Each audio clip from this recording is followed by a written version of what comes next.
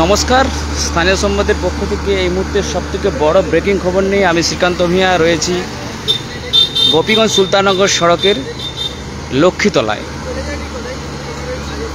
আপনাদেরকে জানিয়ে রাখি, লক্ষ্মীতলায় কিছুক্ষণ আগে একটি পথ দুর্ঘটনা ঘটে। একটি মারুতির সঙ্গে লরির মুখোমুখি সংঘর্ষ হয়, আর তাতেই গুরুতরভাবে জখম হয় তিনজন। প্রাথমিকভাবে জানা যাচ্ছে ওই আহত তিনজনকে উদ্ধার করে সোনাখালী গ্রামীণ হাসপাতালে পাঠানো হয়েছে। বর্তমানে উদ্ধার করা হচ্ছে সেই দুর্ঘটনাগ্রস্ত মারুতিটিকে। আমরা ঘটনাস্থলে থাকা প্রত্যক্ষদর্শীর কাছ থেকে জানবো কী এই ঘটনাটি ঘটেছিল। তার পূর্বে যে মারুতিটিকে বর্তমানে দাসপুর পুলিশের পক্ষ থেকে তাকে উদ্ধার করা হচ্ছে, সেটি কিন্তু আমি আপনাদের সামনে লাইভ এই মুহূর্তে তুলে ধরেছি। একেবারে দেখতে পাচ্ছেন দুমড়ে মুচড়ে গেছে সেই মারুতিটি গোপীগঞ্জ ছেড়ে সুলতাননগরের দিকে যাচ্ছিল। আর সেই সময় এই যে গোপীগঞ্জ সুলতাননগর সড়কের যে লক্ষ্মীতলা, সেই লক্ষ্মীতলার কাছে দুর্ঘটনাটি ঘটে। একেবারে মর্মান্তিক কিন্তু পরিস্থিতি। গুরুতরভাবে জখম হয় তিনজন মারুতির মধ্যে থাকা। তবে আহতদের মধ্যে এখনও পর্যন্ত ঠিক পরিচয় জানা যায়নি। আমরা স্থানীয়দের কাছ থেকে জানার চেষ্টা করব। তার পূর্বেই আমরা আপনাদেরকে দেখানোর চেষ্টা করছি সেই যে দুর্ঘটনাগ্রস্ত এলাকাটি, সেটি স্থানীয় সংবাদের পক্ষ থেকে একেবারে সরাসরি লাইভ আপনারা দেখতে পাচ্ছেন এই মুহূর্তে গোপীগঞ্জ সুলতাননগর সড়কের যে লক্ষ্মীতলা, সেই লক্ষ্মীতলায়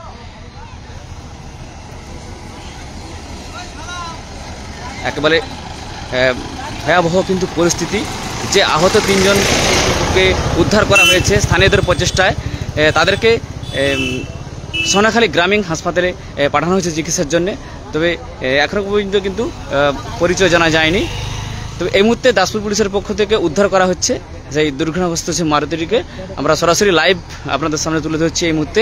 স্থানীয় সংবাদের ফেসবুক পেজে আপনারা এই মুহূর্তে লাইভে থাকুন, দেখতে থাকুন এই যে গোপীগঞ্জ সুলতাননগর সড়কের যে দুর্ঘটনা এলাকা, সেই এলাকায় সরাসরি লাইভ এই মুহূর্তে আপনারা দেখতে পাচ্ছেন।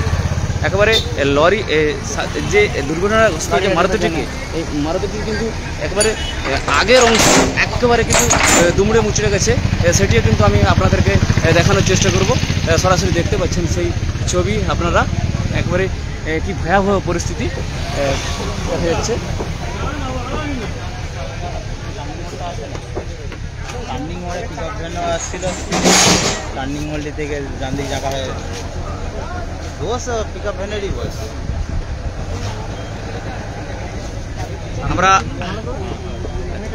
আমরা স্থানীয়দের কাছ থেকে জানার চেষ্টা করবো কী ঘটনাটি। আমরা এই মুহূর্তে আমরা জানার চেষ্টা করছি দুর্ঘটনাটা কীভাবে, ঘটনাটা কী ঘটেছে। দুর্ঘটনাটা ঘটেছে আমাদের সুলতাননগর থেকে সোনাখালী যাওয়ার রাস্তায় লক্ষ্মীতলার সামনে দুর্ঘটনা ঘটেছে। একটি মারুতির সাথে একটি ক্যান্টার গাড়ির দুর্ঘটনা ঘটে, মুখোমুখি সংঘর্ষ, টার্নিং মোড়ের মুখোমুখি সংঘর্ষ ঘটে। তো তাতে করে মারুতিতে তিনজন ব্যক্তি ছিল, যিনি চালাচ্ছেন তারই ব্যক্তিগত নিজস্ব গাড়ি, আর সঙ্গে তার স্ত্রী এবং তার মা ছিলেন। আর অপরদিকে যে গাড়িটি ছিল সেই গাড়িতে কিন্তু 15 জন ছিল, যারা আমাদের এখন যে জল লাইন পাইপের কাজ চলছে, পাইপ লাইনের কাজের 15 জন ছিল।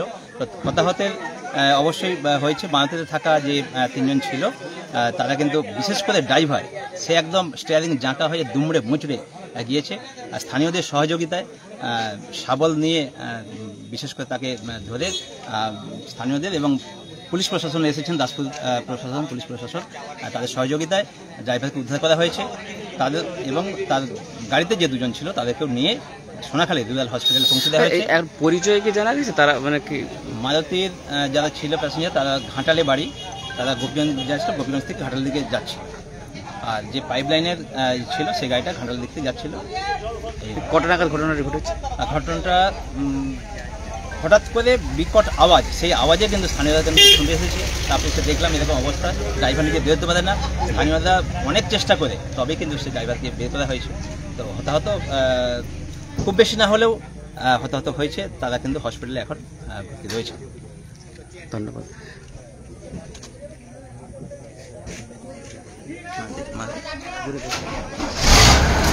আমরা স্থানীয়দের কাছ থেকে জানলাম যে দুর্ঘটনা, তিনি জানালেন কীভাবে এই দুর্ঘটনাটি ঘটেছে। সরাসরি লাইভ আপনারা